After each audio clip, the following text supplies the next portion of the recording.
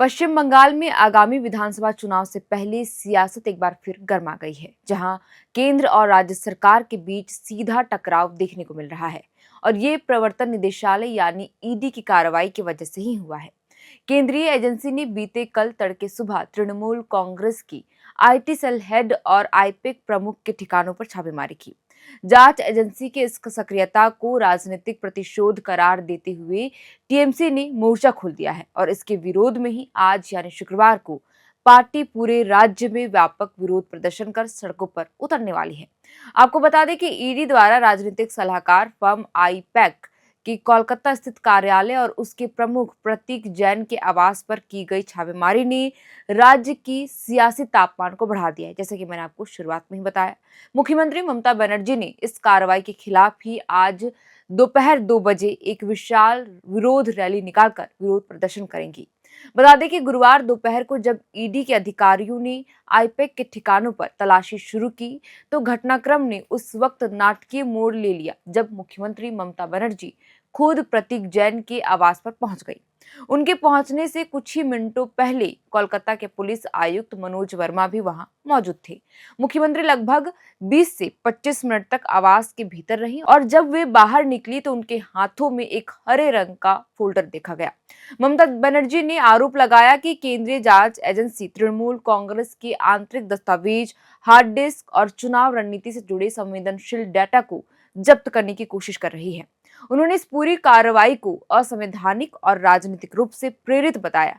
मुख्यमंत्री के अनुसार आईपैक न केवल चुनाव परामर्श देता है, बल्कि पार्टी की आईटी सेल और मीडिया संचालन का भी प्रबंधन करता है। ऐसे में वहां से डेटा चोरी करना पार्टी की गोपनीयता का हनन है। वहीं मीडिया कर्मियों से बातचीत करते हुए ममता बनर्जी ने केंद्रीय गृह मंत्री अमित शाह पर सीधा हमला बोला। उन्होंने आरोप लगाया कि विपक्षी दलों को डराने धमकाने के लिए संवैधानिक एजेंसियों का दुरुपयोग किया जा रहा है।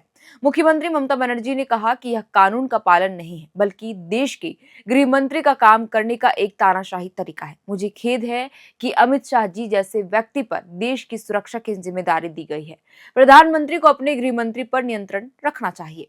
बता दें कि यह घटनाक्रम साल 2019 की उस याद को ताजा कर दिया जब सीबीआई ने तत्कालीन पुलिस आयुक्त राजीव कुमार के आवास पर छापेमारी कर रही थी। उस समय भी ममता बनर्जी मौके पर पहुंची थी और बाद में केंद्र के खिलाफ धरने पर बैठ गई थी। गौरतलब है कि मामले के तूल पकड़ने के बाद ईडी ने अपनी चुप्पी तोड़ी और स्पष्ट किया कि यह कार्रवाई किसी राजनीतिक दल के खिलाफ नहीं थी। ईडी के आधिकारिक बयान के अनुसार यह तलाशी अभियान राज्य में चल रहे कोयला तस्करी सिंडिकेट की जांच का हिस्सा था। जांच एजेंसी का आरोप है कि अनूप माझी के नेतृत्व में ईसीएल के लीज वाले क्षेत्रों से अवैध कोयला खनन और चोरी की जा रही थी, जिसके वित्तीय लेन देन के तार इन ठिकानों से जुड़े हो सकते हैं। ईडी ने राज्य प्रशासन पर गंभीर आरोप लगाते हुए कहा कि तलाशी की प्रक्रिया शांतिपूर्ण तरीके से चल रही थी, लेकिन मुख्यमंत्री और पुलिस अधिकारियों के आगमन के बाद जांच में बाधा उत्पन्न हुई।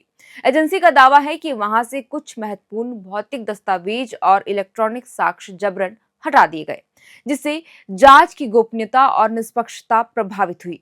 ईडी ने बीते कल ही कलकत्ता हाई कोर्ट में याचिका भी दायर कर दी थी, जिसमें आरोप लगाया गया कि मुख्यमंत्री ममता बनर्जी ने आईपैक ऑफिस और इसके सह संस्थापक के घर पर छापेमारी के दौरान हस्तक्षेप करके जांच में बाधा डाली।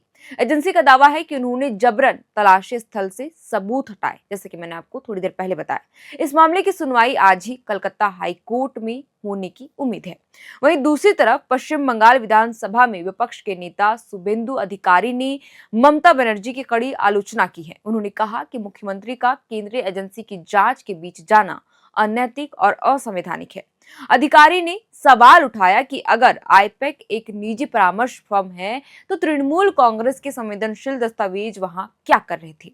उन्होंने मुख्यमंत्री पर बार बार जांच में बाधा डालने और संवैधानिक मर्यादाओं को तोड़ने का आरोप भी लगाया। बहरहाल मुख्यमंत्री ममता बनर्जी ने आज यानी शुक्रवार को जादवपुर 8B बस स्टैंड से हाजरा क्रॉसिंग तक 5 किलोमीटर लंबी एक विरोध रैली का आह्वान किया है।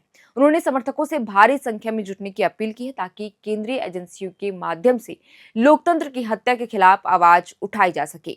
तृणमूल कांग्रेस का मानना है कि चुनाव से पहले पार्टी की रणनीति और डिजिटल डेटा को निशाना बनाकर भाजपा उसे कमजोर करना चाहती है। वहीं भाजपा इसे भ्रष्टाचार के खिलाफ एक कानूनी कार्रवाई बता रही है। फिलहाल कोलकाता में सुरक्षा व्यवस्था कड़ी कर दी गई है और आज की रैली पर पूरे देश की निगाहें टिकी हुई है। इस खबर पर जो भी अपडेट आएगा हम आपके साथ जरूर साझा करेंगे। फिलहाल के लिए इस वीडियो में इतना ही। आप देख रहे थे एरना और मैं हूं आपके साथ श्रेया रतन। शुक्रिया।